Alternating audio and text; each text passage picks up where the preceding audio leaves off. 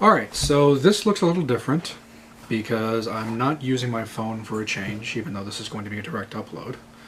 I am using my beautiful wife's camera. And she was gracious enough to let me see how well it actually does, as opposed to my phone.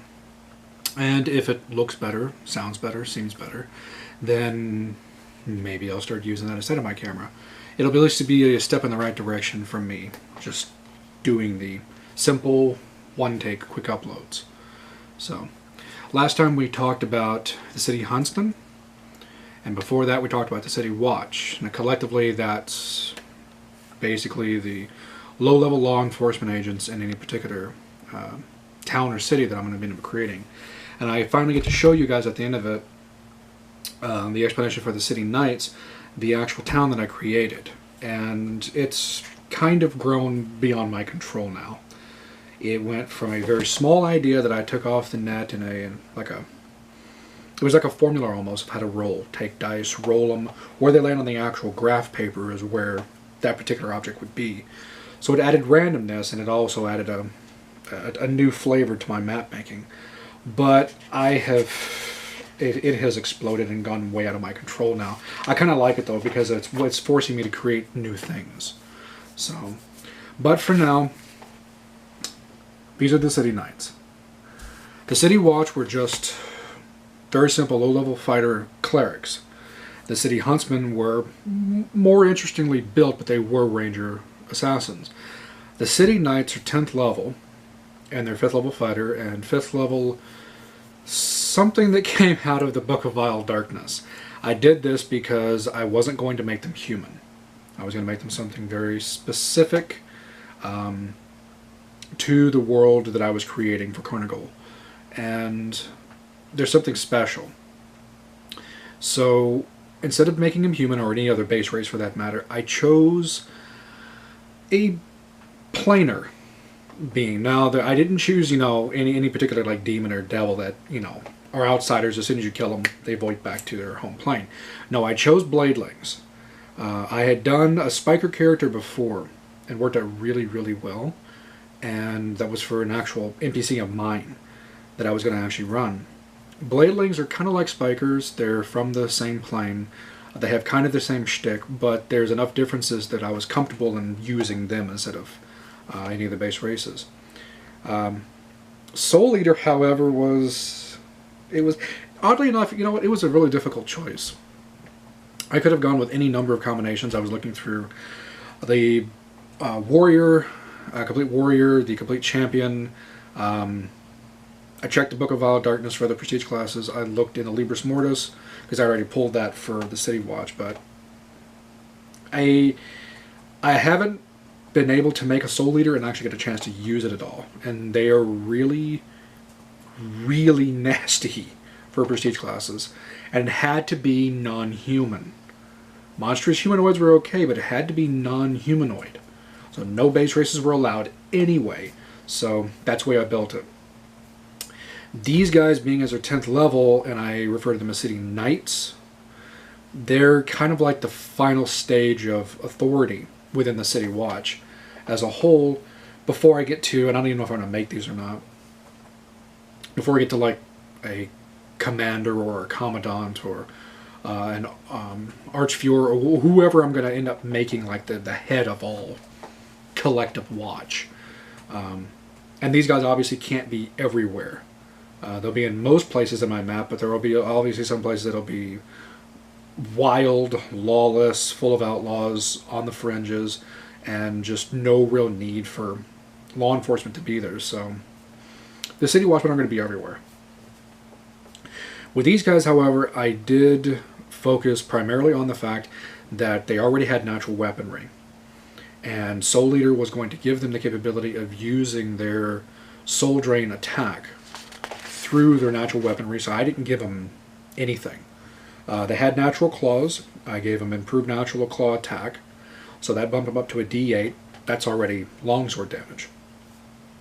I gave them a weapon focus claw, improved initiative, skill focus intimidate for what I have to use them for.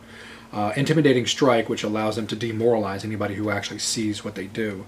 I did give them a feat out of the Vile Darkness, Book of Vile Darkness, and that's Vile Claw Attack, which means anytime they hit with a claw attack, it's a D8 plus their strength, which is 4, plus 1 vile. That means that the vile damage that you accrue cannot be healed by any normal or magical means unless you are in a hallow ground area. So that damage can never properly be healed, properly regenerate, properly be dealt with. The vile damage will always be there. So that makes them even more nasty. And then I gave them a life drain ability that ups what they have as a soul eater, which means not only do they can do their touch attack through their claws in order to do the life drain, which is a level, just a level, gone, no save, no save, no nothing, no spell resistance, just a level, gone. Not only do they do that, but it also does charisma damage as well, tacked onto that. So it's really, it's horrid actually. It drains a level and then it adds like a -4 to the target's hit points. So not only do you lose a level, which means you're already going to lose hit points, you're going to lose an additional 4 because that's what its charisma modifier is. And then the City Knight gains those as temporary hit points. So tack on that to their natural ability called Razor Storm. You know, once a day, 2d6 piercing, and a 15-foot cone every 24 hours. And I gave them +2 spiked full plate, which, because I wasn't going to give them a weapon, I gave them a much better suit of armor. And the only other thing I gave them was Ring of Adamantine Touch. It'll go right through their natural attacks. It'll make sure that they can deal with DR of any kind, at least a level DR. The reason I built this the way that I did with the level draining from the Soul Eater was these guys, due to the fact that the City Watch is actually wholly corrupted and run by the undead god Afflux, these guys are going to be the master torturers. I looked up all over the place of whether or not torture is a skill, if it became a skill in 5th edition. I don't run 5th, but I was looking at all my possible resources, and there was a system that allowed Intimidate to be like a subset to that, to be torture, but it was too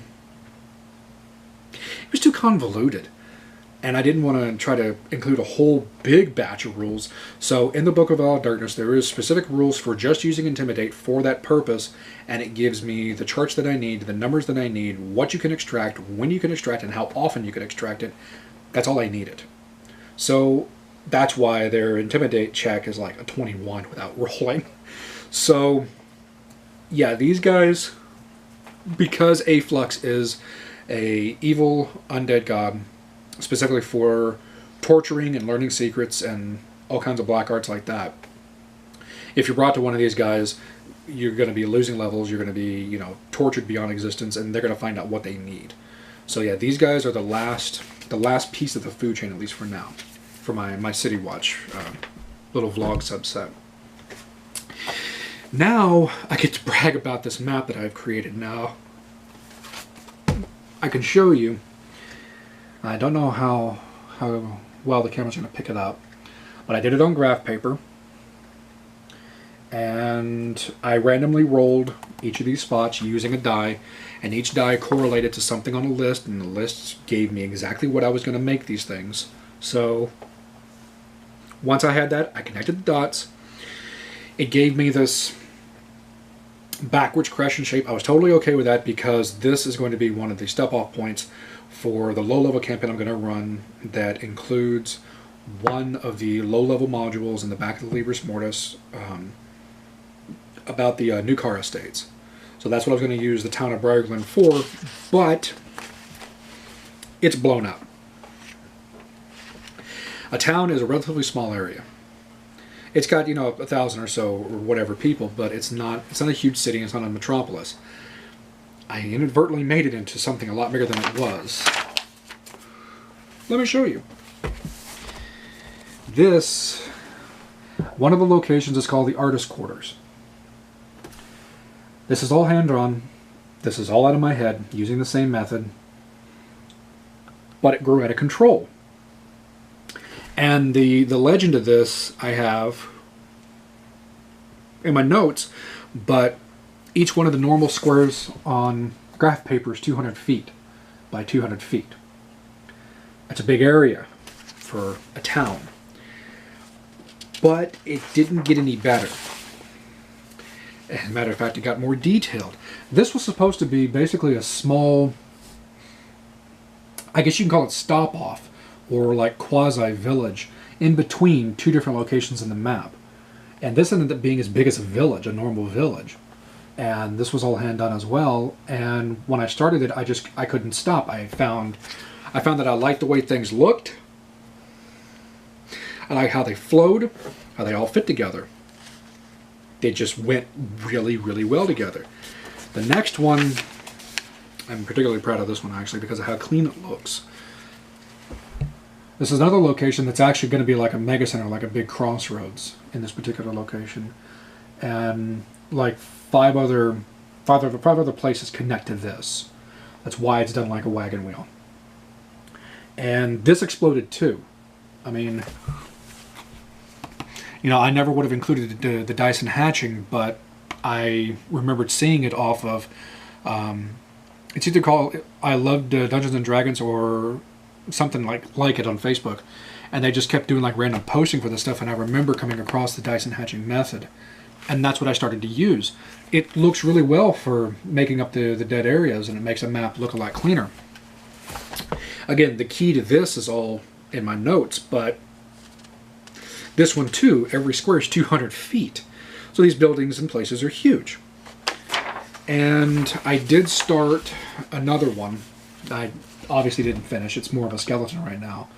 And this is another village type location. I'm putting a lot more effort into this one because of who's actually going to be here. I created an NPC that ended up liking by accident, to the point where I started to actually create him. And he'll be like one of the vendors on the bridge going through town. And I liked what I saw right there, and I was like, you know, I could actually make him and use him at some point, even if he joins the campaign later. So this map making was a lot of fun.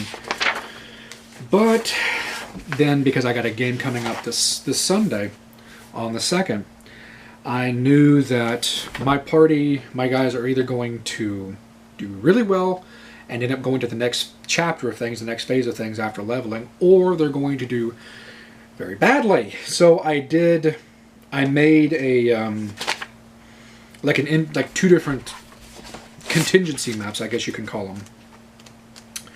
One was fairly badly drawn out. I was trying to be really detailed about it. And should things go wrong, they're going to be sent to a different plane of existence as like punishment. Now by things going wrong, I mean that I lose like more than half the party. If things go okay,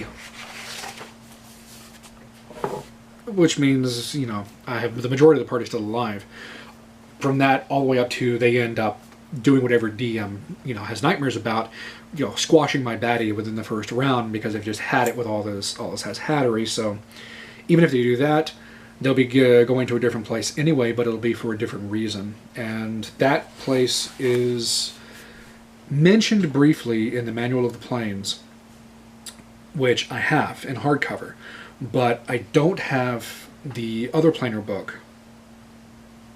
Wait, no, it's, yeah, planar handbook I have. The Manual of the Planes is where it's actually like featured. And I looked at it and I found some already, you know, rendered maps, but they were small. They were from like a normal like vantage point, and they had no real detail looking at bird's eye, and they didn't give any sort of numbers or terrain notes or variations or anything. So I painstakingly modified the graph paper, and Then I really modified the graph paper. I look at more and more the Greyhawk maps that use the actual hexes, and each one of them have a simple colored icon representing terrain. Those are great. I didn't have hex paper, so I had to come up with my own system. Now, when I started this, it was just as embarrassing as my full world map that I showcased on my first part of the vlog. When I started to color it, however, it got more recognizable, a lot more cleaner, so I'm going to stick with it. And this is...